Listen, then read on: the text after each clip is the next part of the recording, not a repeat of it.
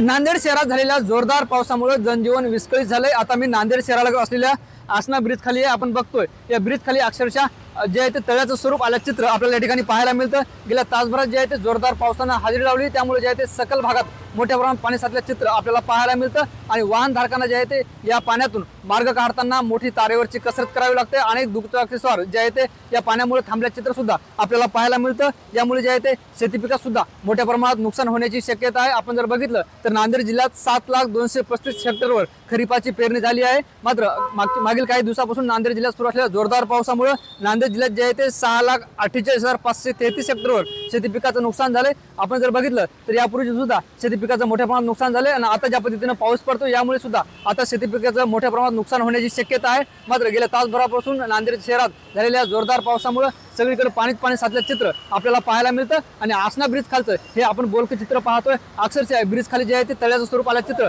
आपल्याला पाहायला मिळतं आणि याच पाण्यातून जे आहे ते अनेक वाहनधारक मार्ग काढताना सुद्धा आपल्याला पाहायला मिळतात। हवामान खात्यानं नांदेड जिल्ह्याला येलो अलर्ट दिला होता आणि हवामान खात्याने दिलेल्या अंदाजानुसार पाणी सुद्धा आपल्याला पडताना पाहायला मिळतं। मात्र या सगळ्या पावसामुळे आता शेतकऱ्याचा जीव टांगणीला लागलाय।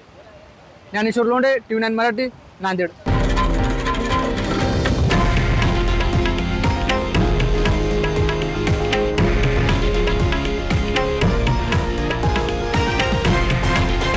हे आहे देशातील नंबर 1 न्यूज नेटवर्क आणि आपण पाहत आहात TV9 मराठी, एकमेव।